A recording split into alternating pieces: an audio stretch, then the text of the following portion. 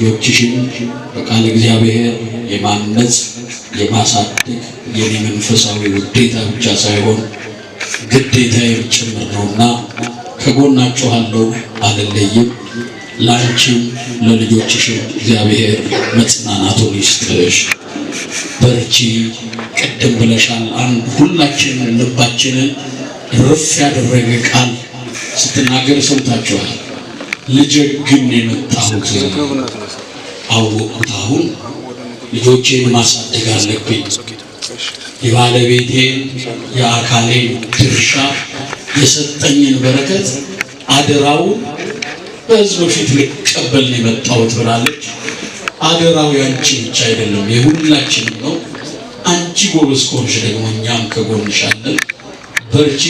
አንቺ ጤናሽን ስትጠብቂ ምትክሽ ጤናዋን ትጠብቃለች፣ እሷ ደግሞ ታናሿን ትጠብቃለች። ተግባባን አይደል? እግዚአብሔር ይሄን ቤት አደራጅቶታል። እውነቴን ነው የምላችሁ። እንኳን እንዲህ እግዚአብሔርን የምትወዱ ወንድምነት ከልብ ፍቅር የገባችሁ ሁላችሁም ከከሌ ማለት ስለማልፈልግ ሁላችሁም ስለሆናችሁ እዚህ ውስጥ እናንተ ባላችሁበት ይቅርና እንግዲህ ምን አይነት ታሪክ ሊሰራ እንደሚችል ሁላችንም እናውቃለን።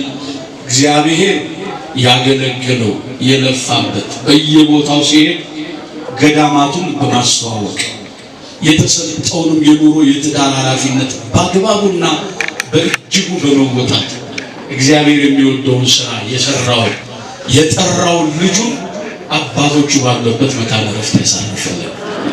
እመኑኝ፣ እግዚአብሔርን ተስፋ እናደርጋለን። ዘሪሁን ገብረ እግዚአብሔር በአምላኩ ቀኝ አለ፣ በጌታው ቅፍ አለ። የፈጠረው ጌታ ሊጥለው አይደለም።